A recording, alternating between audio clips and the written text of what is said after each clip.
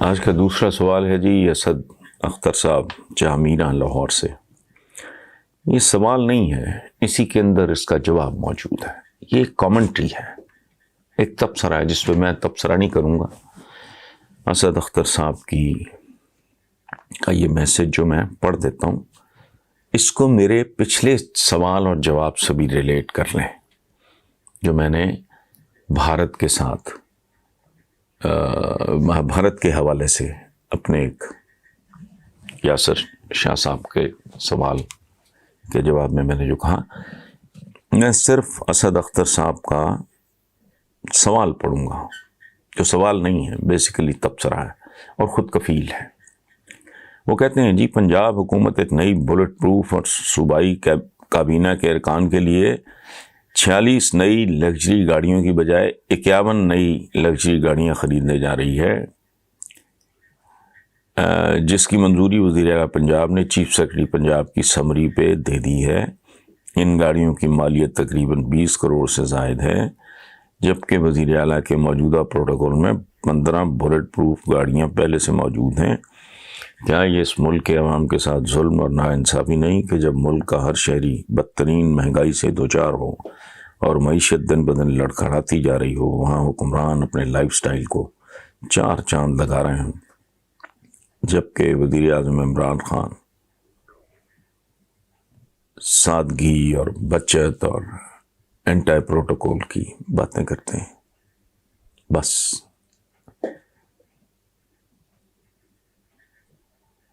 اس سوال کا جواب اس کے اندر ہی موجود ہے۔ میمونہ چودھری ہیں جی بحریہ ٹاؤن لاہور سے۔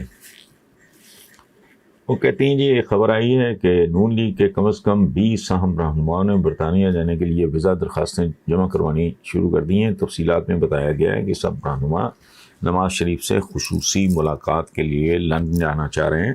آپ کے خیال میں اب نواز شریف کیا کرنا چاہ رہے ہیں؟ کچھ بھی نہیں، اس نے کیا کرنا ہے؟ اب تو جو کر رہے ہیں لوگ کر رہے ہیں۔ سڑکوں پر نکلنا مشکل ہو گیا ہے، ریسٹورنٹس میں جانا مشکل ہو گیا ہے۔ یہ یا ان کے لگ لپیٹ جو بھی ہوں، دنیا ان کے ساتھ کیا سلوک کر رہی ہے، تو انہوں نے کیا چاہنا ہے؟ ڈیسپریٹلی کوشش کر رہے ہیں ایکشن ری پلے کی۔ ایکشن ری پلے کیا؟ پہلے فارغ ہوئے تھے، ہاتھ پاؤں جوڑ کے بیچ میں اپنے آقاؤں کو ڈال کے جدہ چلے گئے،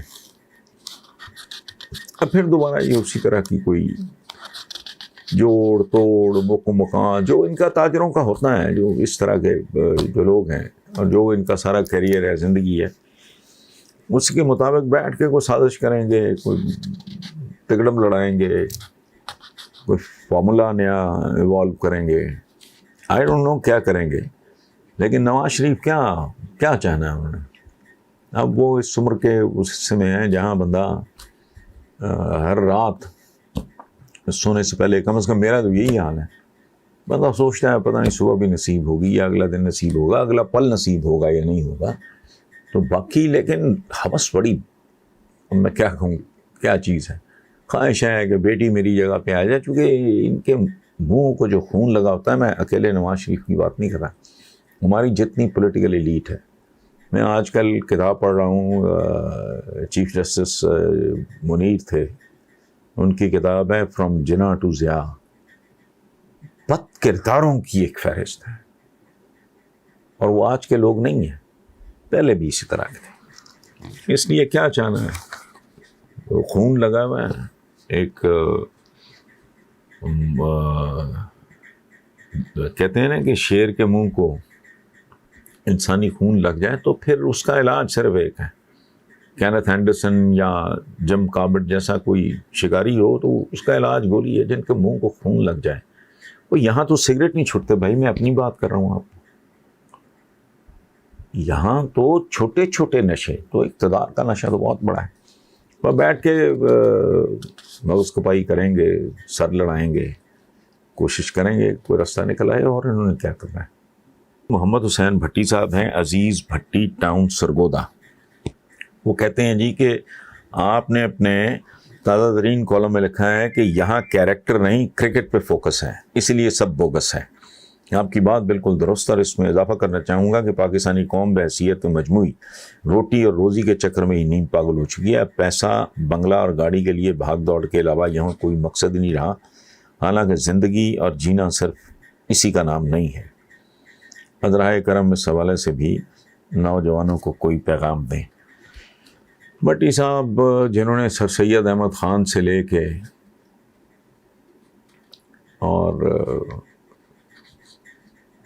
قائد اعظم کی اور علامہ اقبال کی نہیں سنی، وہ میرا پیغام کیا سنیں گے. اور سب سے بڑی بات یہ ہے کہ اگر آپ نے زندگی کوئی سلیقے سے گزارنی ہے، دیکھیں میں آپ کو ایک کال یاد دلاتا ہوں. ہمارے جو اولیاء صوفیہ وہ کہا کرتے ہیں کہ زندگی کیا ہے، 100-150 سال کی زندگی بھی ہو تو اس کی اوقات اتنی ہے، اس میں مہلت اتنی ہے، ٹائم اتنا ہے. یہ 100 سال 150 سال جو ہم بات کرتے ہیں، جیسے اذان کے بعد جتنا وقت اذان کے بعد نماز میں لگتا ہے، پوری زندگی 100 سال کی ہو 150 سال کی ہو یوں ہی ہوتی ہے. اس کی وجہ ہے کہ رب العزت کے ان کائناتوں میں تو اربوں سال کی کوئی حیثیت نہیں ہے. تو ایک بندہ اگر کوئی 100 سال یہ وہ کل جانا ہے وہ قبر میں جانا ہے، لیکن یہ سارے معاملات اب یہاں احادیث ٹھیک ہے، 40 ایسی احادیث ہیں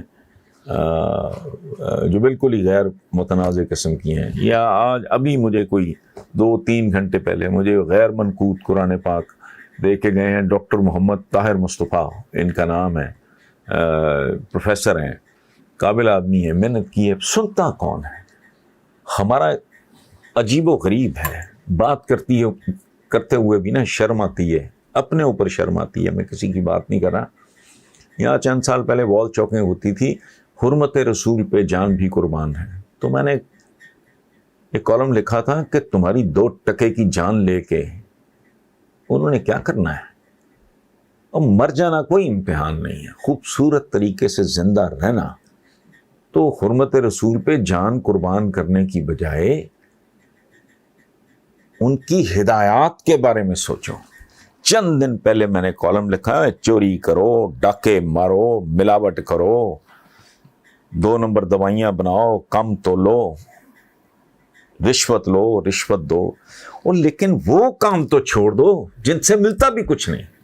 غیبت ہے، پیٹھ پیچھے برائی، ہمارے کلچر کا حصہ ہے. حسد کرنا، اس سے ملتا کیا ہے؟ اور تم رشوت لیتے ہو، اپنی اولادوں کو حرام پہ پالتے ہو. چلو ٹھیک ہے، تمہاری عقل ہی اتنی ہے، ٹھیک ہے، تم